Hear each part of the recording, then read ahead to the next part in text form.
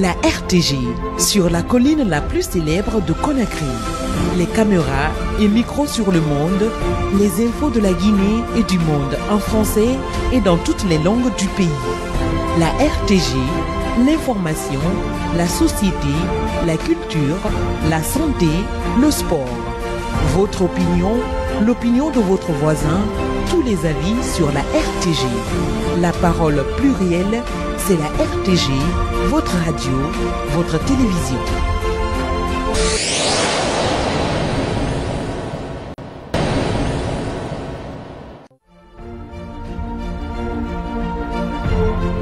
La RTG, sur la colline la plus célèbre de Conakry.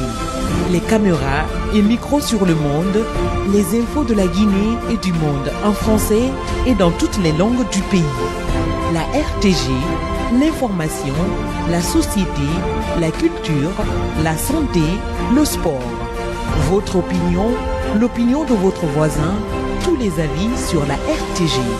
La parole plurielle, c'est la RTG.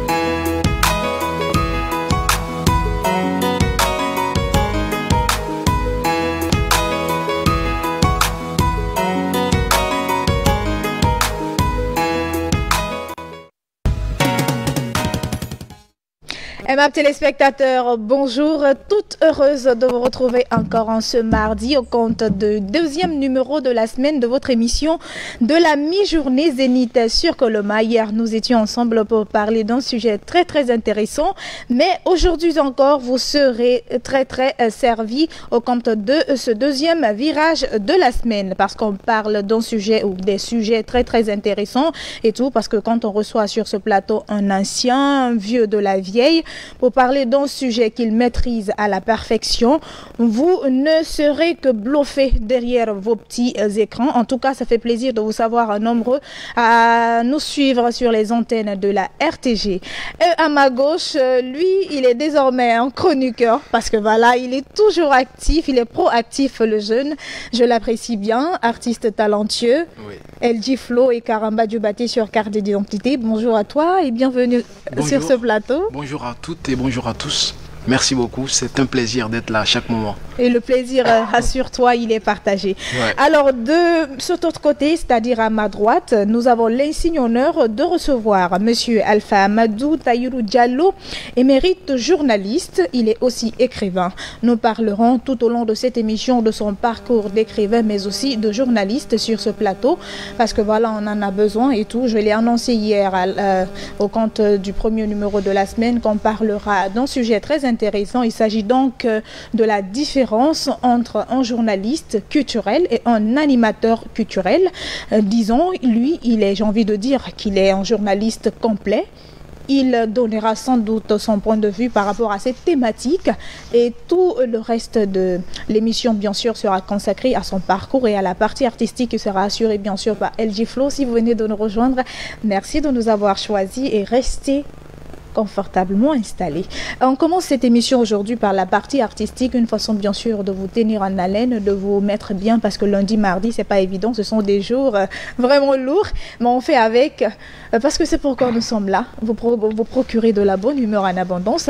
Elle dit Flo, avant d'aller à la musique, on va rappeler rapidement ton jeune parcours, la musique, elle est venue comment et comment est-ce que tu essayes de te frayer un chemin dans ce monde très compliqué aujourd'hui parce que tu le disais en off qu'il y a toutes sortes aujourd'hui d'artistes. D'artistes, effectivement. Alors, pour un peu revenir en arrière, moi je suis LG Flo comme nom d'artiste à l'état civil Karamba Diobaté. J'ai commencé la musique depuis à l'âge de 7 ans et jusqu'aujourd'hui je fais la musique parce que je me suis dit j'ai une mission, j'ai une vocation, j'ai un message que je porte à l'endroit des jeunes. Donc aujourd'hui sur le terrain de la culture, j'ai pas mal fait d'activités. J'ai eu à faire un studio d'enregistrement pour aider les jeunes artistes sans moyens financiers à s'enregistrer. Je suis auteur de beaucoup de chansons comme La Guinée, ma fierté, que j'ai chanté à l'occasion des 60aires, que j'ai dédicacé au siège du PDG et RDA en compagnie de Bimba Jazz National.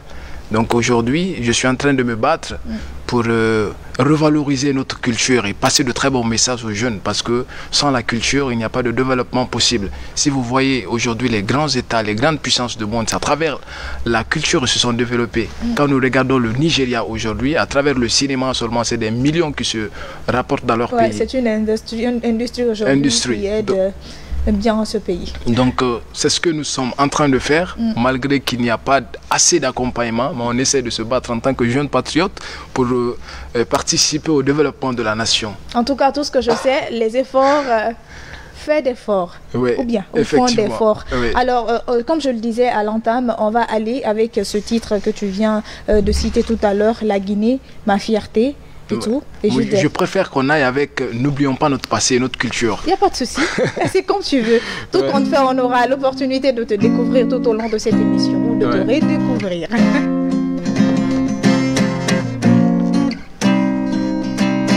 Faut pas l'oublier, non il faut pas l'ignorer, faut la conserver, n'abandonne pas tes valeurs.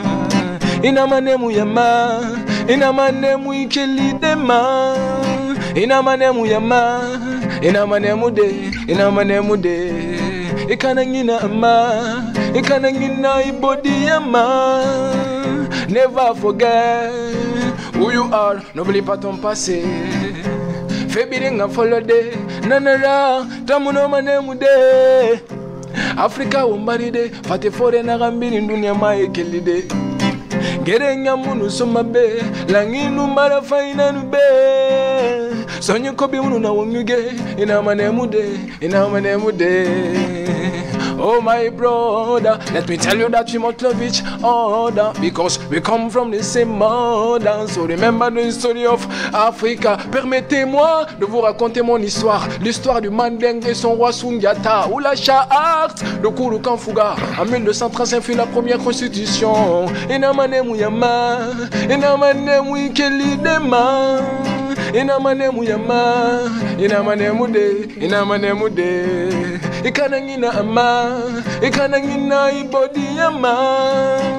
Never forget who you are, n'oublie pas ton passé. Iyere long, follow, beni yegbere long, ibodi long, follow, beni yewadi long, ikanagbedem follow. Koni maseifa ke kodo kuye koronkorongiko, badenga kele, alkana woke woko, kalye beng. Hey, mathématiques, philosophie, na wongira, kaimanu boxit na wongira, savanye begbe na malangi wongira. Chers frères et sœurs africains, n'oublions pas notre passé et notre culture. Notre présent résulte du passé et notre avenir du présent. C'est la chaîne de l'évolution. Oh là là! Bravo, c'était top. Merci beaucoup. Vraiment bravo, courage, beaucoup de force, beaucoup de dynamisme. Merci. Comme on te connaît là. Merci. Ne baisse pas les gardes, parce que l'effort fait d'effort. Alors on continue au compte de cette émission Zénith sur Coleman. Ne dit-on pas que la culture est tout ce qui nous reste après avoir tout oublié? Alors sur ce plateau, je l'ai dit à l'entame de cette émission, nous parlons aujourd'hui d'un sujet très intéressant et tout. Et pour en parler, nous avons l'insigne honneur de recevoir un vieux de la vieille et tout. Il est journaliste depuis 1963. Il a commencé à la voix de la révolution. Il est sur ce plateau avec nous, monsieur Alpha Amadou Tahirou Diallo, avant de décortiquer son parcours d'écrivain. Partons à présent sur son parcours, sur sa biographie d'abord. Alors bonjour à vous monsieur Diallo et bienvenue sur ce plateau. Merci beaucoup. Ça fait plaisir de vous avoir ici. Alors, je suis très heureux de...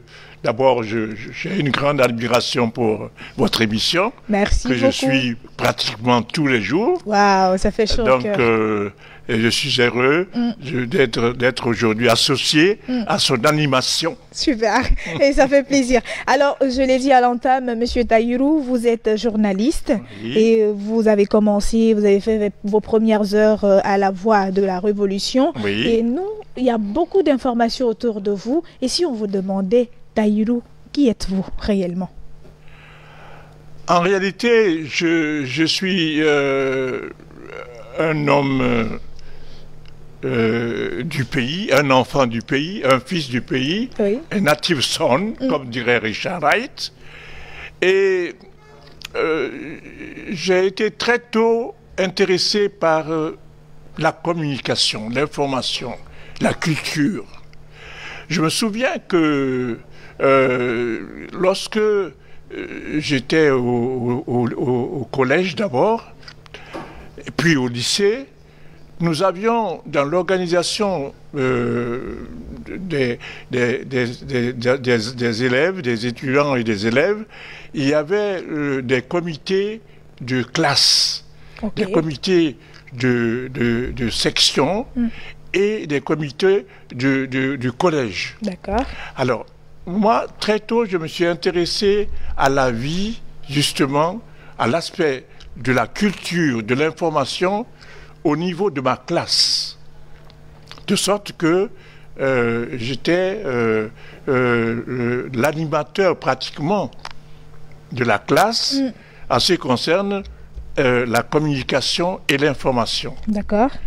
Ça a été très vite lorsque on a eu un comité de coordination au niveau du lycée. J'ai été tout de suite désigné, disons élu, hein, comme secrétaire à la communication du lycée. C'est comme ça que ça a démarré, mais toute ma vie, je me suis intéressé à la communication, à la culture et à l'information. Alors, vous le disiez tout à l'heure, la culture. Effectivement, la base de votre question, c'est la culture. Et vous avez dit vous-même que la culture, c'est ce qui nous reste quand on a tout oublié. Jean-Paul Sartre. Donc, effectivement, nous pensons qu'il faudrait que l'on fonde notre action sur la culture. La culture nous permet non seulement de nous émanciper nous-mêmes, mais de contribuer à l'émancipation d'autrui. D'accord.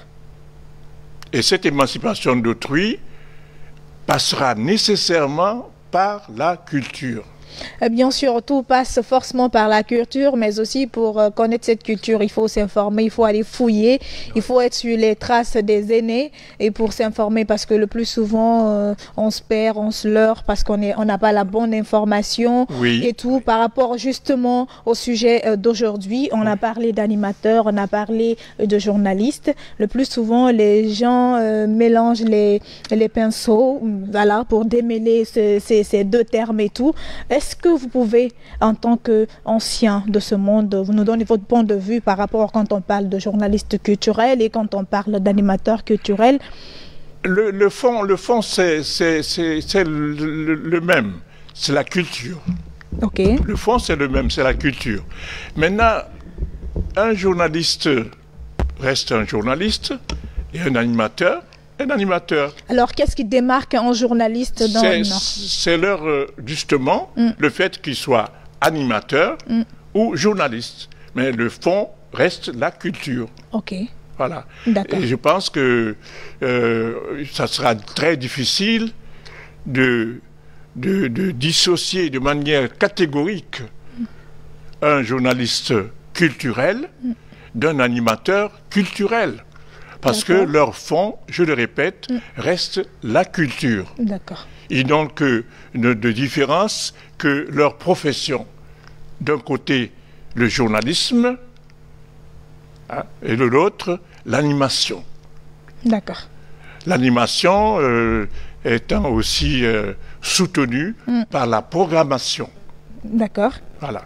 D'accord. Merci beaucoup à vous pour votre point de vue par rapport à ce sujet. C'est vrai que normalement, nous devrions recevoir M. Alpha Traoré, James, sur ce sujet. Il est aussi un fin connaisseur de ce domaine et tout, mais très malheureusement, il a eu un décès. Il a été obligé de se déplacer très tôt le matin. On va remettre ce sujet, bien sûr, à un autre jour. Oui. Mais d'ici là, merci beaucoup à vous d'avoir contribué, bien sûr, à édifier les uns et les autres par rapport à ce sujet, parce que le plus souvent quand on parle de journaliste, c'est celui qui part à la recherche de l'information, il vient, il traite, il essaie tant bien que mal de choisir son angle et diffuser de façon professionnelle avec l'éthique et la déontologie. Oui, l'animateur... c'est la profession.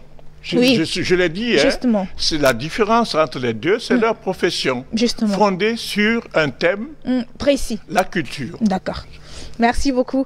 Alors, parlons de vous. Dites-nous, on a parlé de vos débuts, c'était en 1963. Oui. Est-ce que vous pouvez nous rappeler un peu tout ce qui s'est passé? Parce que un jeune ambitieux qui est amoureux, vous avez dit, de la communication, qui a envie de faire ses marques, de se franchement dans ce domaine. On sait qu'en 63, ça fait vieux. Et on n'avait pas les mêmes moyens techniques et technologiques. Non. Alors, la science a évolué, la technologie également. Parlez-nous un peu de ce passé intéressant. Sékou Touré, en choisissant de conduire notre pays à l'indépendance, s'est retrouvé très vite, pas bloqué, mais ennuyé par le fait que nous n'avions pas de journalistes révolutionnaires. D'accord. Et donc, sa première préoccupation a été d'aller dans le lycée classique de Donka, où j'étais élève, pour demander que l'on organise un concours parce qu'il voudrait recruter des jeunes à former dans une école nationale de journalisme qu'il voulait créer ici à Conakry avec la collaboration d'occidentaux. Retenez bien, hein, pas du Parti communiste français ou soviétique, mais avec des journalistes occidentaux. Effectivement, on s'est retrouvé du jour au lendemain dans une école de journalisme à Conakry, une école nationale de journalisme à Conakry, dont les animateurs, c'est-à-dire le directeur, était un Suisse allemand, et les professeurs étaient autrichiens, français, belges, etc. Bon, on se retrouvait vraiment avec une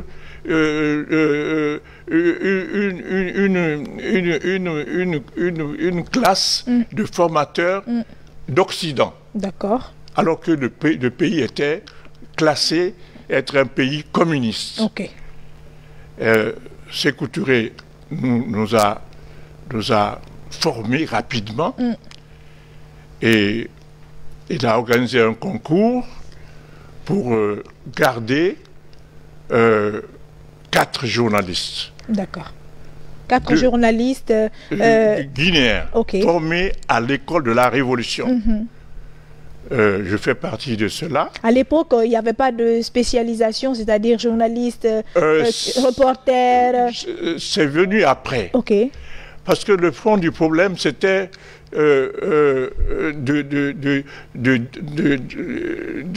d'alimenter la révolution. Donc il fallait des chroniqueurs. À la base, c'était des chroniqueurs. Des chroniqueurs politiques. Et je fus d'ailleurs l'un des tout premiers à me faire remarquer comme chroniqueur politique. C'est comme ça que très tôt, Sékou Touré m'a choisi pour m'envoyer faire des stages en Autriche et en Allemagne et en France. Super. Et à mon retour, j'ai donc commencé à vraiment vilipender, attaquer de front les adversaires de la Révolution. surtout les journalistes français du général de Gaulle. D'accord. Alors c'est intéressant, LG. Oui, alors nous étions de front commun avec ces journalistes français qui, sur les RFI, qui est aujourd'hui RFI, balançaient des informations insensées, ridicules, inacceptables sur la Guinée, sur Sékou Touré, et nous avions le devoir de relever le défi. D'accord. Et c'est comme ça que tous les soirs, par exemple moi, tous les soirs, j'étais au micro de la Voix de la Révolution. Et c'était quoi le nom de votre programme? Non. Le nom de votre programme, de votre temps d'antenne, ou bien vous étiez... Parce que les émissions ont des noms. Bon, à l'époque, c'était des chroniques quotidiennes. D'accord. Et le nom, la chronique n'avait... Pardon? Des chroniques quotidiennes de Tahiré Diallo. De Tahiré Diallo. Oui, c'est-à-dire de moi. D'accord. Mais c'était au service de la Révolution. De la Révolution. Alors, tout au long de cette époque, vraiment... oui, c'était pas facile. C'est intéressant parce que quand on reçoit quelqu'un comme M. Diallo sur ce plateau, on a envie de savoir tout ce qui s'est passé dans les moindres détails, tellement qu'on est curieux et tout. Alors, moi, j'ai envie de savoir. Oui. C'est vrai que c'était le besoin à l'époque d'avoir une équipe, de journalistes capables de s'exprimer. Engagés, de journalistes engagés. De journalistes engagés, surtout de journalistes politiques, parce que c'était ça le besoin. Ça, c'était en 1963. Et après, au fur et à mesure, qu'est-ce qui s'est passé? Vous êtes orienté vers d'autres domaines de journalisme? Alors, ou vous êtes resté focus sur... J'ai été invité au Sénégal par le journal Dakar Matin, qui était le seul journal français basé en Afrique francophone, qui s'appelait Dakar Matin, qui est devenu d'ailleurs le Soleil. C'est le Soleil d'aujourd'hui qui s'appelait au départ Dakar Matin. Donc j'ai été invité à aller travailler dans ce journal. J'ai travaillé dans ce journal et puis un beau jour, j'avais l'admiration d'un fonctionnaire international permanent qui m'a entraîné à entrer aux Nations Unies. Il m'a aidé à trouver un contrat, un tout petit contrat de 3 mois pour entrer aux Nations Unies. Eh bien, je suis entré avec un petit contrat de 3 mois, mais de 3 mois à 3 mois à 3 mois, j'ai pu faire 1 an. C'était des stages renouvelables. Renouvelables. Et après, 1 an après, on a commencé à me donner 6 mois, 6 mois. Après 1 an. Et puis finalement, on m'a engagé comme fonctionnaire des Nations Unies. Waouh, ça s'applaudit. Oui, je suis devenu fonctionnaire des Nations Unies à 25 ans. Et j'ai quitté à l'âge après 10 ans. 10 ans, c'est-à-dire en 1972. D'accord. J'ai quitté les Nations Unies pour être engagé comme expert en communication de masse. Comme expert en communication de masse, il y avait des sociétés, des associations sociales et culturelles qui avaient besoin d'animateurs connaissant bien non seulement notre culture, mais également s'intéressant à son développement. D'accord. C'est comme ça que on m'a engagé, d'abord au Sénégal, à Dakar, où j'ai été conseiller spécial de l'Église catholique.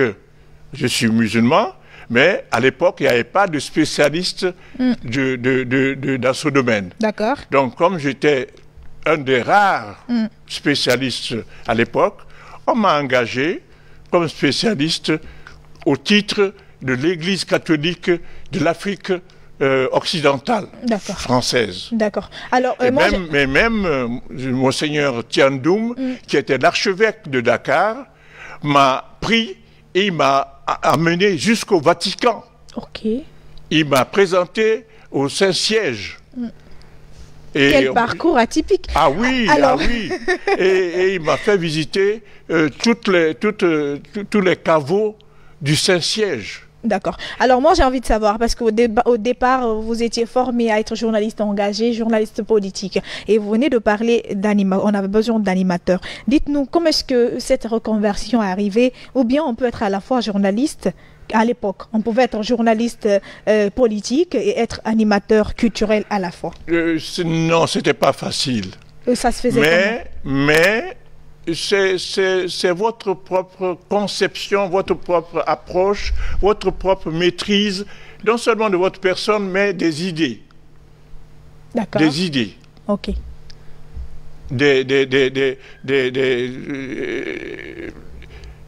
Oui, c'est cela. Alors, si vous maîtrisez votre propre personne pour savoir quand il faut être journaliste, quand il faut être animateur, quand il faut être souple, quand il faut être ferme, ça c'est vraiment le métier de la communication. D'accord. Et c'était pas facile. Parce que, arrivé à un moment donné, il a fallu que nous revenions à Sékou Touré quand il a décidé de prendre l'indépendance. D'accord. Alors ça, depuis 1963, vous êtes dans ce monde. Alors moi, je suis un peu curieuse parce que là, on parle d'écrivain, on parle de Alpha Amadou Tahirou là en tant que journaliste, mais vous êtes aussi écrivain. Oui. Alors dites-nous, depuis quand vous avez commencé à écrire, depuis quand vous êtes dit, écoutez, c'était quoi le besoin, votre venue dans le monde littéraire, écoutez, alors, j'étais donc au service de la RTG, parce que je suis de la maison, de la RTG, et puis en 1999, j'ai pris ma retraite. J'ai été mis à la retraite en 1999. Donc, je suis arrivé en l'an 2000 en me demandant qu'est-ce que j'allais faire à partir de l'an 2000. Et c'est comme ça que je me suis demandé, j'ai dit, mais au fond, j'ai eu la chance de travailler pour Sékou Touré, pour Lansana Conté, et j'ai amassé de la documentation, de haut niveau, notamment du camp Boiro, et j'ai donc décidé d'exploiter cette documentation exceptionnelle.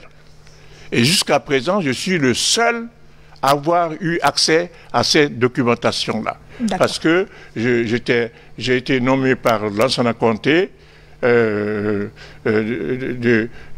diriger les services, d'abord quand lui il est devenu Lansana Conté, il a envoyé me chercher pour être son conseiller technique. Je suis devenu son conseiller technique au comité militaire de redressement national. Et là, tout de suite, on a vu qu'il fallait développer justement l'aspect politique de son action. Et c'est comme ça qu'on a développé, lui il était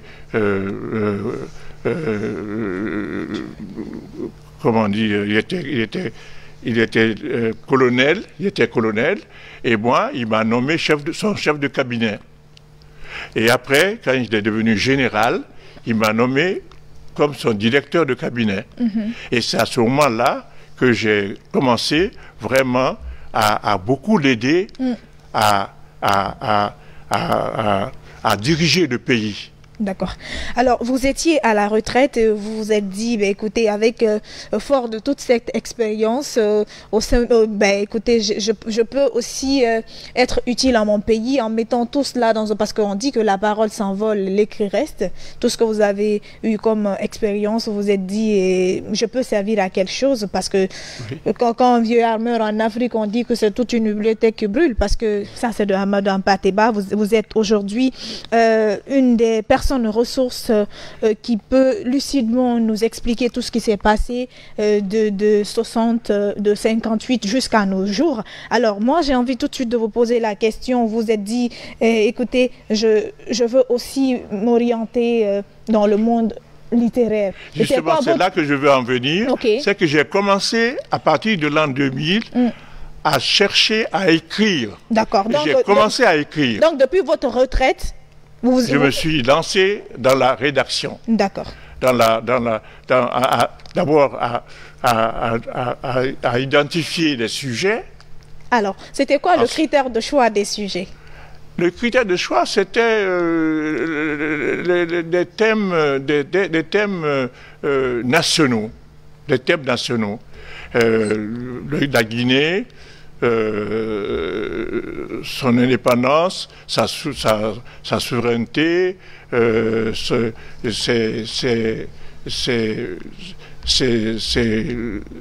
personnalités, etc. Donc, il a fallu aller pas à pas en prenant chaque fois un thème que je développais et que j'arrivais à faire un ouvrage. C'est comme ça que je suis arrivé à sortir au bout de 2000 à dans 2020, j'ai sorti 20 ouvrages de 300 pages chaque ouvrage. Et chaque ouvrage comprend 300 pages et sur un seul sujet.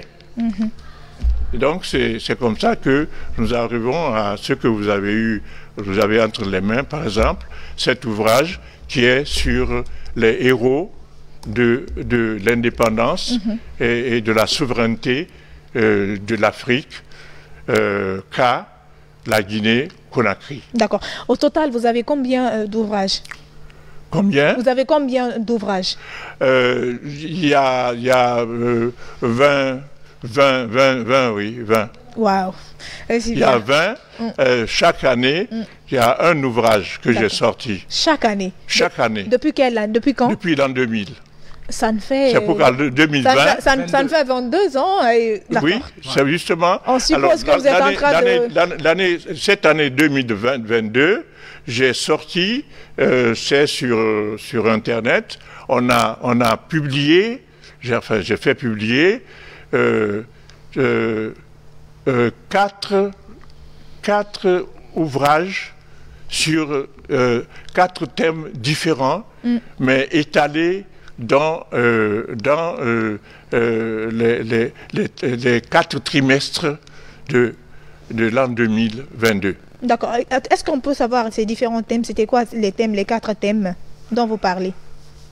Oh, c'est des thèmes politiques, économiques, culturels, mais qui sont toujours demandés par le pays. D'accord. Oui. Merci beaucoup. Chers téléspectateurs, nous sommes toujours avec notre invité de parcours, Alpha Amadou Tahirou Diallo, journaliste et écrivain dans votre émission Zénith sur Coloma de ce mardi, deuxième virage de la semaine. Mais aussi, nous avons la présence de notre très disponible LG Flo, un artiste talentueux qui a de l'avenir parce que voilà, c'est un bosseur. Merci. Et puis, il a la passion de ce qu'il fait. Ne dit-on pas que quand on a la passion de ce qu'on fait, on ne fera que jouer parce que ça ne devient plus un métier, ça devient un jeu. Oui. Alors, on va marquer une courte pause musicale, bien sûr avec toi, LG Flo. Et l'autre animateur chroniqueur de Zénith sur Coloma vient de faire son entrée, Ismaël Camara, qui va nous rejoindre certainement dans cette émission. Mais d'ici là, On détend les téléspectateurs avec une pause musicale. Bravo. Merci. Edgy Flow. L'Afrique ne doit plus souffrir parce qu'on a toutes les richesses pour réussir. Yeah, yeah. L'Afrique ne doit plus mourir parce qu'on a tout ce qu'il faut pour survivre. Yeah, yeah. Un Africain ne doit plus fuir pour aller mourir dans l'Atlantique. Non, non, un Africain ne doit plus souffrir pour une simple maladie. Écoutez, l'Afrique est le berceau de l'humanité. C'est le début et la finalité. Elle ne mérite pas la pauvreté. Réunissons-nous pour être plus forts. Mettons ensemble nos efforts.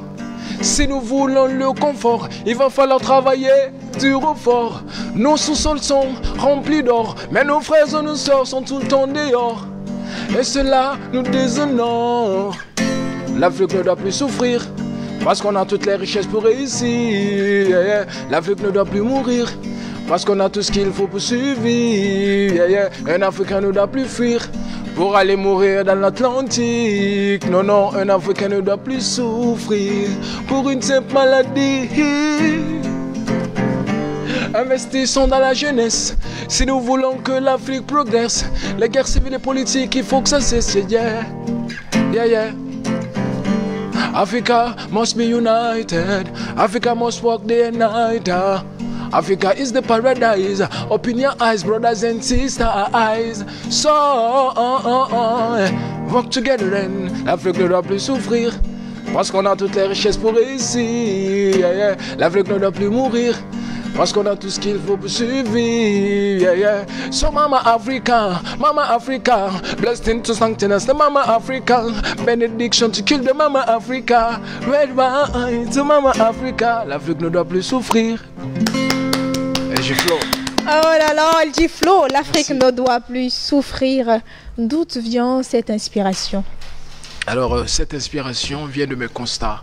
Parce que j'ai vu que l'Afrique a une très grande richesse, mais qui malheureusement reste inexploitée, ce n'est pas valorisé, ok? Parce qu'on a le potentiel humain, on a le potentiel agricole, on a le potentiel minier, et tout cela. Donc moi je me dis que l'Afrique peut être suffisamment prise en charge par elle-même.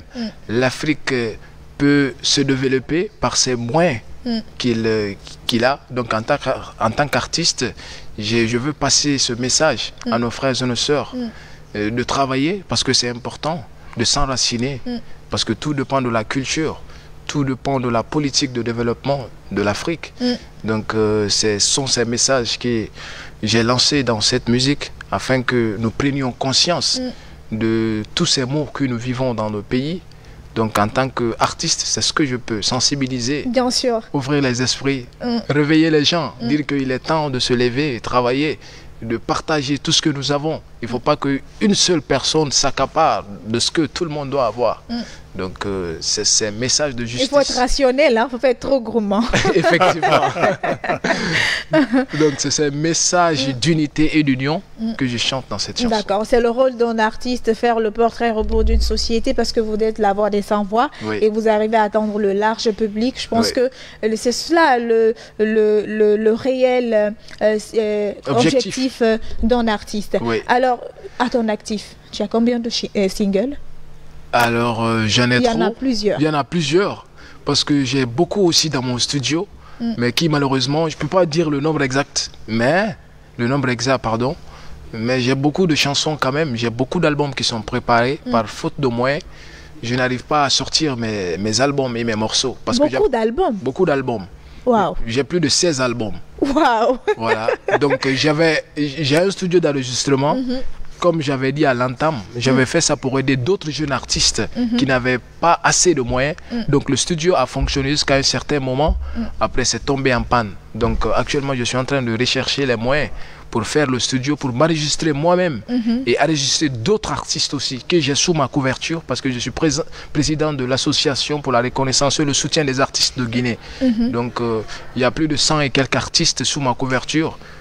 Je rappelle, à l'occasion de l'avènement de la pandémie de coronavirus, je fais participer plus de 100 et quelques artistes sur une seule musique. Wow. Donc ce sont mes participations, mais je reste bloqué pour le moment parce que à cause de quelques matériels.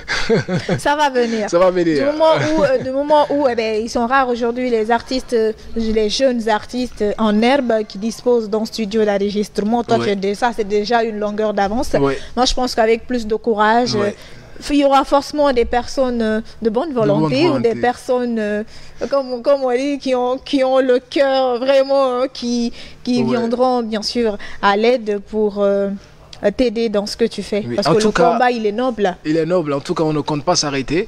Parce qu'au-delà même du studio, moi, j'anime beaucoup de débats dans les quartiers avec les jeunes pour les informer de beaucoup de sujets. Donc, parce que j'actualise en fait l'esprit des jeunes. Avec qui je suis. Donc je participe à chaque moment, même à part le studio, parce que je suis en train de suivre les pas de nos aînés aussi. Je suis dans l'écrit. Inch'Allah, par la grâce de Dieu. Les pas des aînés. Des aînés. Oui, de nos aînés que vous êtes. Donc dans peut-être, je sais pas, dans les mois ou les années à venir, j'ai fait des écrits aussi que je vais publier. Par la grâce de Dieu. Donc tu t'orientes aussi vers l'écriture. Oui. C'est bien, c'est une très bonne chose. Je l'ai dit, l'écriture, verba volat, scripta menant, c'est comme ça on le dit, hein, parce que voilà, il y a l'enseignant qui est là, il fait son pharo derrière nos caméras, il dit, mais amique, attention. Alors je vais le dire en français, la parole s'envole, l'écrit reste. C'est bien d'immortaliser les moments et l'histoire par les écrits et tout. Alors, je l'ai dit à l'entente que tu étais étudiant. Et comment tu arrives à concilier études et musique? Alors, je suis toujours étudiant. Je suis en licence 3 à la faculté des lettres et des sciences du langage en communication. Alors... où ça? À l'université générale Lansana Conté de Symphonia. Je suis le président des étudiants de la faculté des lettres et des sciences du langage. Bravo. Ouais, merci beaucoup. Merci. Alors, les études. Moi, les études me boostent dans ce que je fais. Parce que je développe des thèmes qui sont très importants, des thèmes qui sont très approfondis professionnellement en connaissance de cause. Donc, je pense que à travers les études que j'arrive à faire, je transpose cela parce que tout le monde n'a pas l'occasion de lire un livre parce qu'ils ne sont pas allés à l'école. Donc moi, en tant qu'artiste intellectuel, qu'est-ce que je fais? Je peux lire des romans, je peux lire des notions scientifiques et chanter ça dans la musique. Donc c'est ce qui fait que les études, je ne compte pas arrêter. Et pas qu'en français, souvent dans nos langues nationales. Oui, je chante en français, en anglais, en soussou, en poulard, en malinkaka et un peu en kissi. Alors, je transpose certaines connaissances, certains messages. Donc si moi aussi je n'étais pas allé à l'école pour m'imprégner de toutes ces connaissances, comment pourrais-je... Pour être capable de lire et d'interpréter. Voilà, parce qu'un artiste, c'est un homme de culture. Un artiste, c'est celui qui est suffisamment informé. En tout cas, il ne faut pas être un artiste, il faut être un artiste. Alors, on continue avec nos invités, mesdames et messieurs, sur ce plateau. À ma droite, il est toujours confortablement installé. Alpha Amadou Tahirou Diallo, vous avez suivi le garçon, hein? Oui. C'est un bosseur. Oui, vraiment. Vraiment. Je suis très heureux de l'entendre jouer et surtout de sa conception de la vie. C'est très bien. Merci. Il faut être ouvert à tous les sujets, à tous les vents, à tous les courants d'idées et puis essayer de s'accrocher. Merci. Super. Merci, ça c'est la voix de l'expérience et de l'aînesse. Alors, on parlait de votre parcours d'écrivain et tout. Dites-nous aujourd'hui, comment est-ce que vous arrivez, parce que vous avez pris de l'âge et tout, et comment est-ce que vous arrivez à vous maintenir? Vraiment, avec le poids de l'âge, c'est vrai que le plus souvent beaucoup. Les ambitions peuvent changer, même quand on a envie de faire ci et ça, ben, c'est compliqué, ce n'est plus avec la jeunesse, le dynamisme, on est chaud à faire tout quoi. En réalité, je me prépare à vraiment me retirer, c'est pour ça que je produis mes derniers ouvrages. Ces 20 livres que je suis en train de finaliser, mettre sur le marché, vont représenter la clôture de ma vie culturelle, scientifique, et littéraire. Je suis diplômé de l'université de Fribourg en Suisse, où j'ai présenté une thèse de doctorat en 1966 qui a été édité aux éditions universitaires de Fribourg, entièrement financé par l'université. Entièrement financé par l'université. Et ils étaient très contents de mon travail et donc ils m'ont offert la publication gratuite pour moi de ma thèse. Et aujourd'hui, je suis très, très heureux, très fier avec ces références-là. Et comme pour répondre à votre démarche, je compte vraiment me retirer petit à petit d'ici 1 ou 2 ans. Inch'Allah. Mais après avoir publié mes derniers 20 ouvrages que vous avez en main. Le 20e ouvrage ou les 20 ouvrages? Parce que là, je ne suis pas en train de comprendre. Non. Vous avez dit chaque un, vous sortez un ouvrage. Oui. Oui. Ce sont ces ouvrages-là. D'accord. Vous voulez le faire ensemble et faire la dédicace pour mettre fin à votre carrière littéraire. Voilà. Je comprends. Voilà. Je comprends mieux. Et d'ailleurs, je suis soutenu par ma maison mère qui est la RTG et qui m'aide à justement finaliser les choses. C'est ton devoir. Voilà. Merci beaucoup, aimables téléspectateurs. Je l'ai annoncé, Ismaël Camara, il est avec nous sur ce plateau pour parler de ce sujet très intéressant. Ismaël, nous avons l'insigne honneur de recevoir aujourd'hui ce journaliste, ce émérite journaliste qui a fait ses preuves, bien sûr, depuis 1963 et jusque-là, il s'est dit, après, bien sûr, la retraite, je dois servir à quelque chose. On le dit si souvent, il faut souvent se demander qu'est-ce que je peux faire pour le développement de mon pays. Ne restons pas à marge, bougeons avec le pays. C'est ce qui est très intéressant. Aujourd'hui, il est écrivain et il a donné vraiment beaucoup de choses, beaucoup de secrets aujourd'hui pour se maintenir, pour exceller dans ce domaine. Alors, puisque nous, on a un sujet aujourd'hui consacré spécifiquement, j'y arrive, à l'animation et au journalisme culturel. Justement, Ismaël, bonjour et bienvenue. Bonjour Amika, d'abord je m'excuse pour le retard parce que là j'étais informé depuis plus d'une semaine déjà que je devais être là et j'avais été empêché par des raisons administratives car j'étais dans une réunion.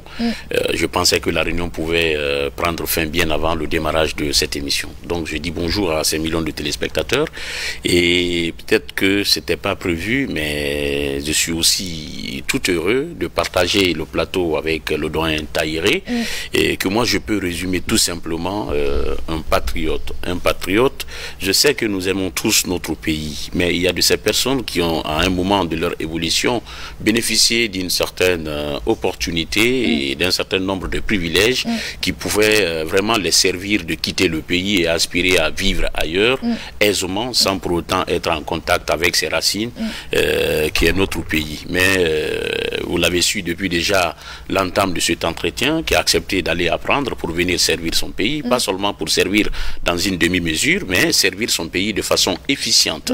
Et je pense que c'est ce qu'il est en train de faire. Donc c'est un homme qui mérite d'être célébré. Bien sûr. Et je pense que tous ceux qui nous regardent dans cette émission, le doyen Tahiré est un sujet. Un sujet de référence, un monument, mais aussi qui mérite d'être récompensé comme nous avons déjà commencé à faire pour d'autres.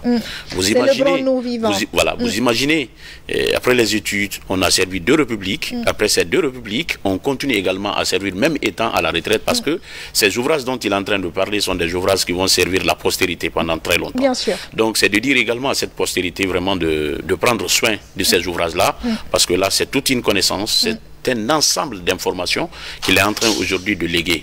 Il aurait pu rester vraiment à l'ombre et dire que j'ai servi et puis voilà, ceux qui m'ont connu, mais il est en train de, parce que à travers ses ouvrages, à travers ses écrits, il se fera connaître même à titre posthume. Mais ce n'est pas seulement sa propre personnalité. Les témoignages et les informations qu'il est en train de déléguer à travers ses écrits, je pense que vont servir l'humanité, pas seulement la Guinée. Le plus souvent, on dit, Ismaël, que l'histoire de la Guinée est méconnue ou des fois mal connue. C'est parce que les détenteurs, les personnes ressources, le plus souvent, n'ont pas la majeure partie de ces personnes ressources n'ont pas l'amabilité de léguer tout ce qui... partager. De léguer, oui, de partager, de faire connaître l'histoire. Oui. Alors que, je l'ai beaucoup rappelé aujourd'hui, l'écriture reste.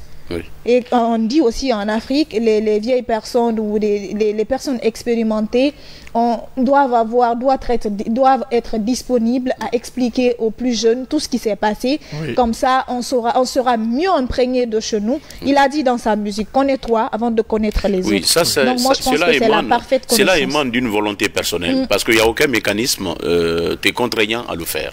Mais c'est quand on aime son pays, c'est quand on aime sa patrie, c'est quand on a le souci pour le développement de son pays, parce que le développement, ce n'est pas seulement les infrastructures. Il faut être un bon patriote. Il faut être un bon patriote, il faut être quelqu'un, J.P. Sartre l'a dit, je cite, l'homme c'est l'acte.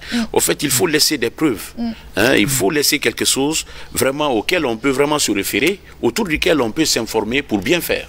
On peut se référer pour mieux se connaître.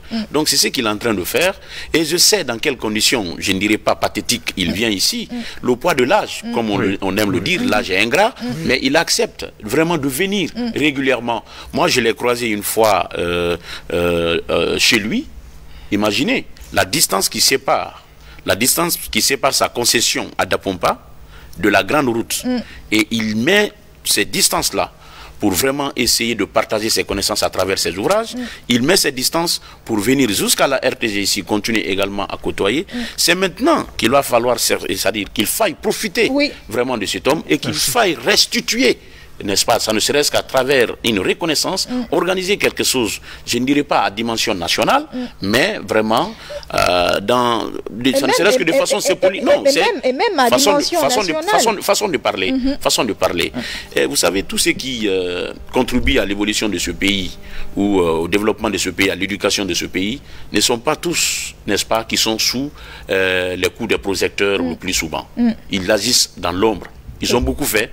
Ils ont beaucoup fait, pour ne pas dire ils ont trop fait, et ils continuent également à le faire. Tout ce que moi je peux dire sur ce plateau, c'est lui souhaiter vraiment bonne santé et longévité. Merci. Et surtout, c'est Dieu qui donne cela. Amen. Quel que soit l'âge, c'est Dieu qui donne la santé. On peut être très jeune et être inactif et malade. Donc voilà, et moi c'est ce que je peux dire. Presque cette émission, on pouvait la consacrer sur lui. Justement, on a ouvert ce numéro, parce que je m'attendais également à la présence de M. Alpha Traoré dans cette émission. Je l'ai souligné, il a eu, c'est une force majeure, il a eu un décès le matin, donc il a dû rejeté une autre fois, et comme nous on a l'opportunité de recevoir Taïré, M. Diallo sur ce plateau, il est bien à point nommé. Voilà. Merci beaucoup. Alors Ismaël, rapidement, merci pour tout ce témoignage. Ça fait chaud au cœur, c'est vrai. Aujourd'hui, reconnaissant et accompagnons, félicitons les bons patriotes, parce que ça ne court pas les rues. Tout à fait. Merci beaucoup. Par rapport à notre thématique, j'aurais bien voulu qu'il y ait vraiment des opinions croisées autour de ça, qu'il y ait vraiment je l'ai dit, on remet cette thématique à une autre fois, puisqu'elle a été annoncée. Si tu veux survoler de façon, si tu veux ramasser ton point de vue par rapport à ce sujet rapidement. C'est extrêmement important. Le sujet est d'une importance capitale dans la mesure où aujourd'hui nous assistons à l'éclosion des médias et à l'influence de la jeunesse par ce qu'on appelle ici le métier de journalisme, mais aussi le métier d'animation.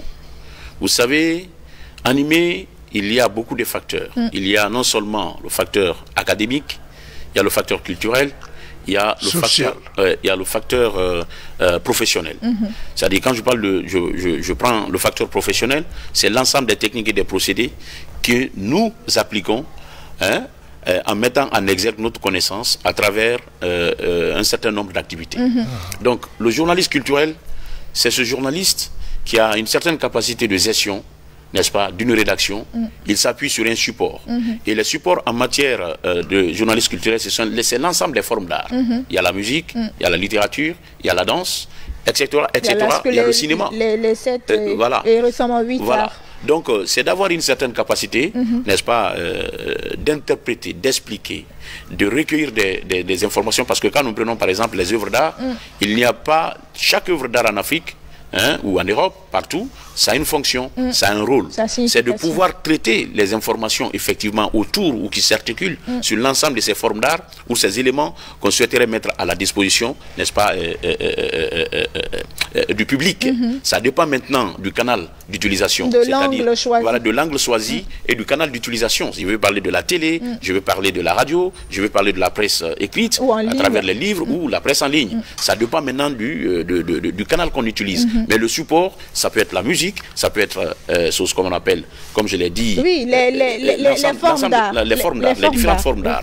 Sauf que malheureusement, pour animer et essayer seulement de venir, peut-être, même la musique, quand je parle des facteurs professionnels, en faisant par exemple une animation, on suppose que c'est de venir programmer une musique par exemple, que ça soit, ou un clip, que ça soit à la radio ou à la télé, qu'on se dit, voilà, telle musique, c'est tel artiste X, ils nous disent l'essentiel, c'est ça qu'ils nous proposent. Or, une œuvre artistique est le résultat, n'est-ce pas, est le résultat d'un ensemble de processus. Et dans cet ensemble de processus, il y a ce qu'on appelle ici la contribution de beaucoup plus d'autres artistes qui ne sont pas aussi tout de suite visibles. Je prends par exemple dans une dimension purement musicale. Quand nous prenons la musique, nous savons quand même qu'il y a un leader vocal, par exemple, qui est souvent écouté, qui est souvent vu, et c'est lui, on parle de sa composition. Mais derrière cette composition, il y a beaucoup d'autres qui ont contribué. C'est-à-dire même dans l'élaboration du texte, mais il y a aussi la partie instrumentale. Et par exemple, ceux qui vous écoutent ou ceux qui regardent le clip ne savent pas pertinemment, forcément, profondément, quels sont les artistes qui ont contribué.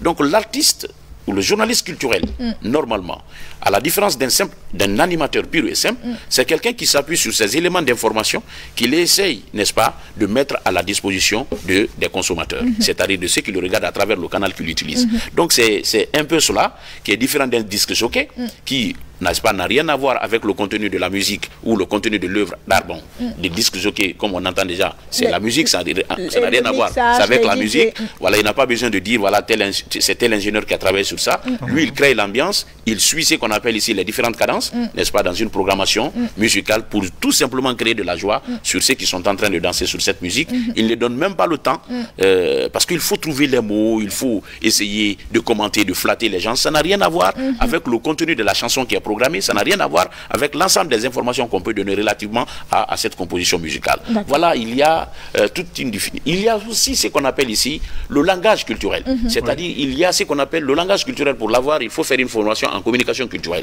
Et malheureusement, c'est des choses qui n'existent pas. Mais il est aussi important de savoir qu'un journaliste culturel, c'est quelqu'un qui, n'est-ce pas, a un sujet qu'il développe effectivement, qui a un rapport avec ce qu'on appelle l'art. Ça dépend maintenant, ça dépend maintenant des différentes formes d'art qui existent. Merci beaucoup Ismaël Camara. En tout cas, l'un dans l'autre, journaliste. Il est très calé. Bien sûr. Si ça vient du doyen, c'est que ça va. Je suis flatté. Chapeau, foulard bas, Ismaël.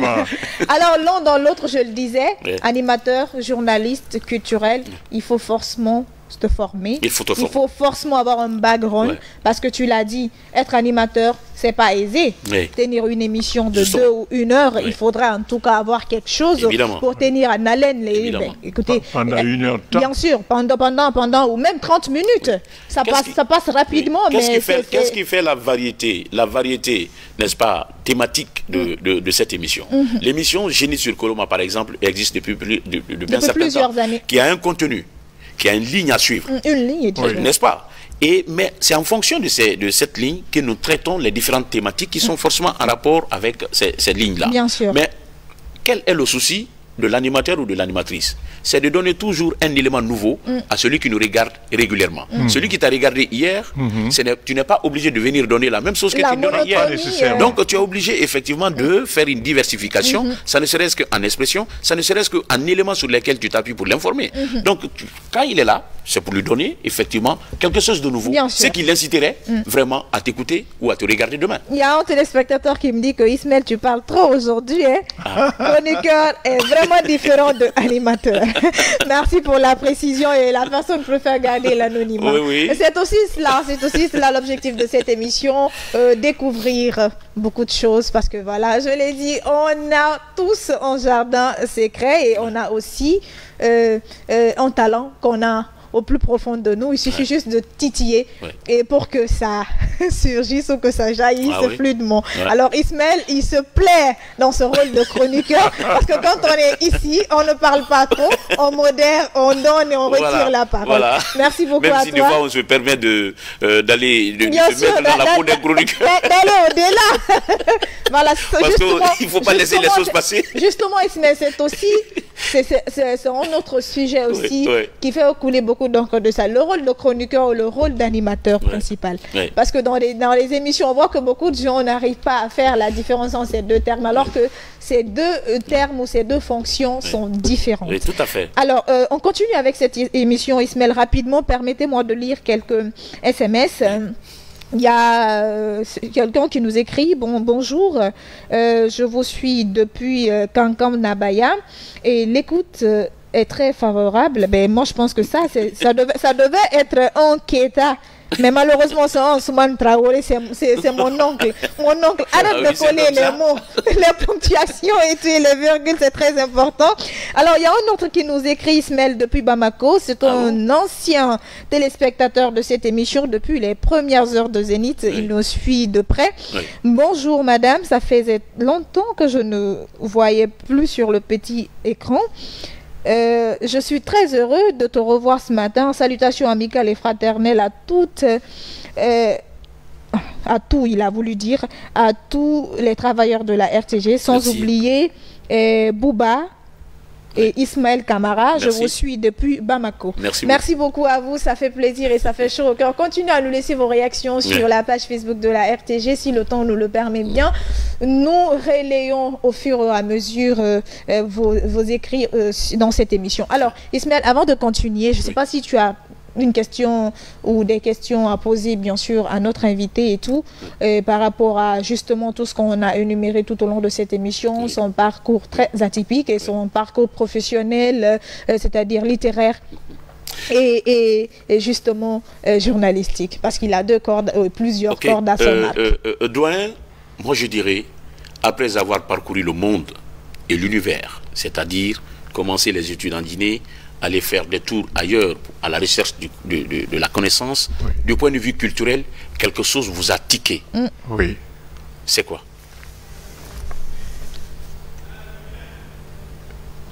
C'est l'amour d'apprendre. J'ai pour principe l'aventure de la vérité et le devoir de servir. D'accord. Le devoir de servir. C'est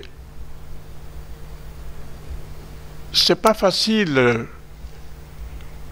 d'avoir comme principe l'aventure de la liberté, mais c'est le fondement de notre être. Si vous êtes libre, mais vous avez tout. Oui. Et c'est pour ça que on ne devrait pas du tout accepter qu'on nous confisque notre liberté. Et fonder cette liberté sur un devoir de vérité. Voilà. Oui. C'est ça le principe que je voudrais vous apporter. D'accord. Merci beaucoup. Vous avez dit que vous avez servi la Première République. Oui. Et également le feu président général Lansana Conté. Mais si nous faisons un peu de rétrospective à travers cette Première République, vous avez été apprendre et vous êtes rentré au pays. Oui. Est-ce que, quelque part, d'aucuns ne vous ont pas qualifié d'insensé le fait de revenir parce que, avec le pouvoir d'alors, on pensait que c'était un pouvoir tyrannique. Écoutez, ma mère, un beau jour, c'est... Bon, d'abord, ma famille, ma mère, mon père, étaient très liés à Sékou Touré. Alors, un beau jour, ma mère avait assez de me voir loin. Côté. Elle est allée voir Sékou Touré. Elle a dit, ah, vraiment, je voudrais que tu m'aides à faire venir ton fils. Bon, le président Sékou Touré a téléphoné à son pari à Paris. À l'époque, Ansoumane Bangoura était attaché là-bas, à Paris. Ils m'ont téléphoné aux Nations Unies pour me dire, ah, il faut venir à Paris, on a besoin de toi, ta mère a demandé que... etc. Donc, c'est comme ça que, un beau jour, j'ai été obligé de prendre mes bagages et de venir.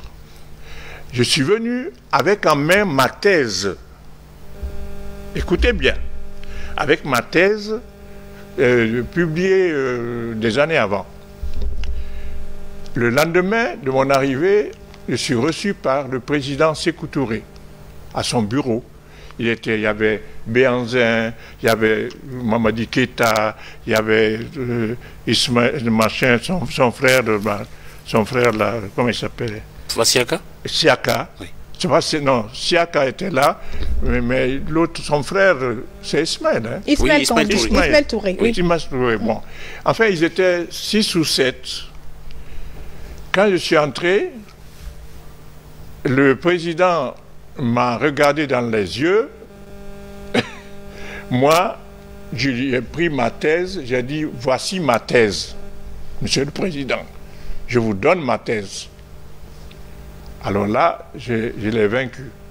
Parce que il a pris ça, il a regardé, et il a dit à Béhanzin, tiens, occupe-toi de lui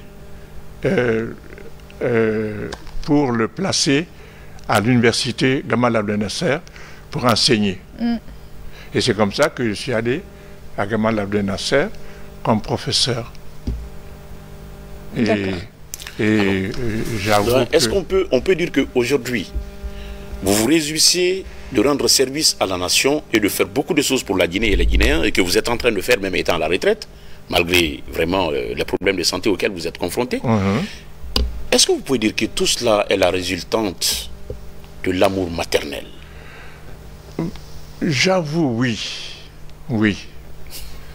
J'ai une mère qui m'a beaucoup aimé, qui m'a bien traité, et moi aussi je l'ai beaucoup aimé. Je me souviens que un jour, elle m'avait servi à table à manger, et finalement, ce qu'on m'a servi ce jour-là ne me plaisait pas, mais je lui ai dit, mais on ne peut pas me faire du mararoulani. D'accord. Merci beaucoup Ismaël Kamara. Ça fait plaisir de l'avoir sur ce plateau. Franchement, je suis bluffée ce matin dans cette émission parce que cette opportunité, ça n'arrive pas tous les jours et quand ça arrive, il faut en profiter au maximum. Alors je crois qu'on va encore souffler rapidement. Bravo. Merci. On va rapidement souffler, bien sûr, avec une autre prestation artistique de LG Flow parce que le temps nous est presque imparti. Nous sommes presque à la ligne rouge de cette émission, mais d'ici là, profitons-en.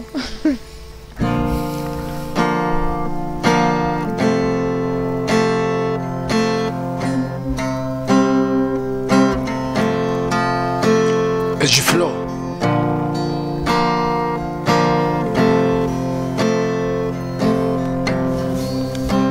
L'Afrique dans le futur aura une technologie plus forte que celle d'aujourd'hui, aura une maîtrise de tout ce qui existerait. Oh, elle aura la capacité de créer tout ce qu'elle désirerait. Oh, elle aura la force et le contrôle sur tout ce qui existerait. L'Afrique dans le futur, l'Afrique dans le futur. Africa in future, Africa in future. Un jour viendra où tout va changer. L'Afrique accueillera des étrangers pour les protéger, leur donner à manger. Yeah, yeah, yeah. L'Afrique continent de l'avenir. Yeah. Je ne fais que te prévenir. Yeah. L'Afrique dans le futur aura une technologie plus forte que celle d'aujourd'hui. Aura une maîtrise de tout ce qui existerait. Oh, elle aura la force et la capacité de tout ce qui existerait. Oh, elle aura la force et le contrôle de tout ce qui existerait. Africa in future, Africa in future. Kate lang with me, yandi gentula. L'homme de femme, feye masarmane. Yeah, nous allons s'amener. Agwebe wonyila, alien kaname, l'homme belle. African future, African future, we don't know how to be the real food, yeah. Think around right? Around the African man, yeah. L'Afrique dans le futur aura une technologie plus forte que celle d'aujourd'hui. Aura une maîtrise de tout ce qui existerait. Merci beaucoup, LG Flo. Oh là là. Toi, tu en dis franchement parce que avec ton jeune âge, tu arrives à accrocher avec des... C'est vrai qu'il y a beaucoup d'artistes en herbe aujourd'hui, mais toi, ta particularité, c'est que tes textes, ils sont riches. Merci. Ils sont, on sent de l'intellect là-dedans. Oui. Oui. Parce que les thèmes choisis, les messages véhiculés, Oui. ça force l'écoute, ça force l'admiration. En tout cas, si tu continues comme ça, tu feras parler de toi, Oui, pas merci. que sur le plan sous-régional, mais sur le plan international. Merci. Alors, donnons le temps au temps, parce qu'il est le meilleur juge. Alors, Ismaël Camara, comme nous sommes presque à la ligne rouge de cette émission, notre invité de parcours, Monsieur Alpha Amadou Tahiri Diallo, dites-nous si on vous demandait de résumer votre parcours, votre vie en une expression, ça sera quoi?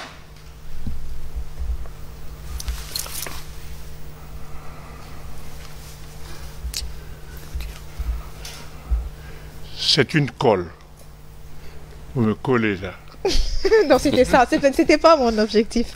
Je suis désolée. Non, mais c'est gentil. Ah, d'accord. C'est Là, gentil. là, j'en souris. C'est gentiment que je le dis. Parce que c'est très beau ce que vous me demandez de faire. Ça m'a été donné il y a 2 mois. Il y a une des radios privées de la place qui avait organisé un grand débat sur justement sur la Guinée, sur Sékou Touré, etc. Et moi j'avais dit que l'on devrait vraiment tout faire pour donner davantage de privilèges à Sékou Touré. Davantage de privilèges à Sékou Touré, ce n'est pas suffisant on dit Sékou Touré, ok, ce n'est pas suffisant, etc. Et donc, depuis ça, j'ai vu qu'on a commencé à lui octroyer d'autres privilèges, tels que l'aéroport international Ahmed Sékou Touré. Mais je trouve que c'est un monsieur qu'il faudrait davantage honorer. Davantage. Il faut qu'il y ait une autoroute à Ahmed Sékou Touré, il faut qu'il y ait une université à Ahmed Sékou Touré. Parce que ce monsieur a fait beaucoup, non seulement pour la Guinée, mais pour l'Afrique entière. D'accord. Si on peut parler aujourd'hui des républiques africaines, des indépendances africaines, c'est avant tout lui. Et en dépit de tout ce qu'on a fait pour le tricher, parce qu'on l'a triché, c'est Sékou Touré, D'accord. c'est lui qui est en principe le premier président de l'Afrique noire, de la République en Afrique noire. Ce n'est pas Kwame Nkrumah. D'accord. Justement, Ismaël, en écoutant le doyen, on a comme impression qu'il a une reconnaissance profonde et sincère à l'endroit du premier président de la Guinée, parce que j'ai demandé à ce qu'il nous résume sa vie en une expression. Oui. Forcément, sa vie est liée à cette époque parce qu'il a bénéficié de beaucoup de personnes, beaucoup de choses et de beaucoup de privilèges. Tu l'as dit dans ton allocution, il est parti se former, il est revenu en Guinée. C'est vrai, toute cette opportunité, quand on l'a, comme on ne nous dit pas que la reconnaissance est l'œuvre des hommes forts, parce que voilà, et il pouvait se dire ma vie c'est parce que je me suis fixé un objectif, parce que j'ai fait ci, parce que j'ai fait ça. Il se met en retrait pour essayer de mettre en lumière celui qui l'a donné toute cette opportunité. Alors je crois que je vais reformuler ma question. Aujourd'hui, beaucoup de gens sont en train de nous suivre. Beaucoup de gens vous ont connu. Les jeunes, peut-être beaucoup de personnes ne vous connaissent pas et ont envie de faire comme vous, de se maintenir, de servir leur pays dignement et honnêtement et amoureusement. Oui. Quel message pouvez-vous véhiculer à l'endroit de ces jeunes aujourd'hui? Pour être un bon patriote, il faut quoi en une phrase? Il faut aimer son pays. D'accord. L'amour résume tout. Oui. D'accord. Merci beaucoup à vous de nous faire l'amitié ce matin sur ce plateau. Ça nous a vraiment servi à quelque chose parce que je sais que la prochaine fois, LG Flo viendra avec un texte vous concernant parce qu'il est là en train de réfléchir. Il a dit, lui, il essaie de lire et retransmettre tout ce qu'il a compris dans les écrits en paroles, en mettant tout cela dans la musique parce que pour atteindre le large public. Merci à toi également d'être venu. Et sur ce point, c'est d'ailleurs un conseil pratique, un conseil pratique à l'intention de tous les jeunes qui souhaiteraient évoluer dans la carrière musicale, que quand on apprend, cette connaissance pourrait nous permettre à faciliter autre chose dans la vie. Bien sûr. S'il n'avait pas été à l'école, il n'avait pas accepté de se former, il ne pouvait pas, en aucun cas, lire et se ressortir à travers cette lecture d'autres choses que les gens n'ont pas vues. C'est-à-dire, ce qu'il est en train de retracer. C'est-à-dire, en fait, comme on dit en art, c'est l'imitation dans le dépassement. Donc, c'est dans ce côté dépassement-là, ce pourcentage de dépassement qui constitue l'art, qui constitue la créativité, qui constitue ce qu'on appelle de nouvelles choses par rapport à ce qui est à ciel ouvert ou vit au-dessus de tout le monde. Je pense que c'est un conseil, vraiment pour les jeunes, qu'on peut bel et bien suivre 2 lièvres à la fois. Il ne faudrait pas que ça soit de trop. Et tenir, les 2 lièvres, et suivre les 2 lièvres et les attraper. Voilà. Les dompter en même temps. Là, j'aimerais bien de voir. En tout cas, on sera là si le Créateur nous le permet, bien sûr. En tout cas, merci à vous tous d'être venus. Merci à vous, monsieur Amadou Tahirou Diallo. Ça a été un honneur pour moi de vous recevoir sur ce plateau et j'espère que ça ne sera pas la dernière. Merci beaucoup. On espère vous retrouver encore en forme, en superbe santé. Merci pour beaucoup. Nous servir encore au compte de cette émission Zénith sur Coloma. Ismaël, le retard il est pardonné parce que tu as été noté par le doyen. Moi je voulais te donner 5, mais lui il dit tu es très bien, donc tu as 10 sur 10. LG Flo, merci beaucoup à toi d'être venu. Merci à l'équipe technique pour la réalisation de ce autre numéro de la semaine de Zénith sur Coloma. On se retrouvera demain à la même heure sur les antennes de la télévision nationale pour parler d'un autre sujet qui va certainement vous servir à quelque chose. En passant, merci au salon Massiré. Bon, ma coiffure pour le make-up parce que voilà, on ne cessera pas de remercier ces personnes qui nous aident dans bien sûr l'accomplissement de notre mission. Voilà, parce qu'il y a tous ces détails qui comptent à la télé. Alors, au revoir, on se dit... Ah oh là là. On se retrouve demain, si tout va bien, au compte d'un autre numéro de Zénith sur Coloma. Au revoir et prenez bien soin de vous, car chaque jour est une vie. Et une vie est une expérience. Oui. Levez-vous le matin avec de la détermination pour vous coucher le soir avec de la satisfaction pour donner un sens à votre vie. Bravo. Au revoir.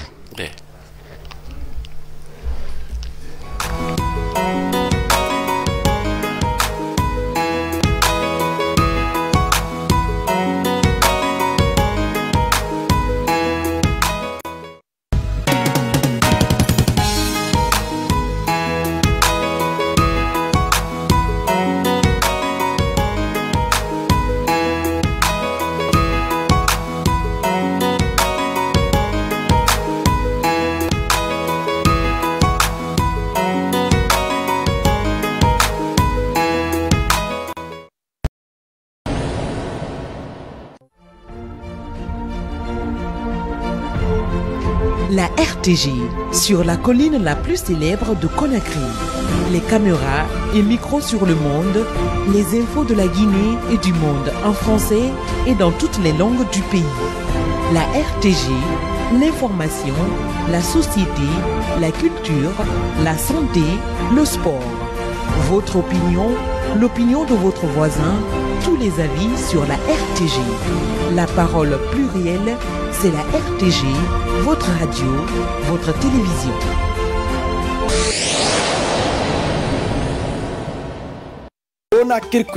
Conakry Kuyeba findi wala kadena na ganna lagnadi kurupe sago kelfe yedebe hasa do fotonde na findi mangasa e mabrira na findi nyama mabrira arakeli alku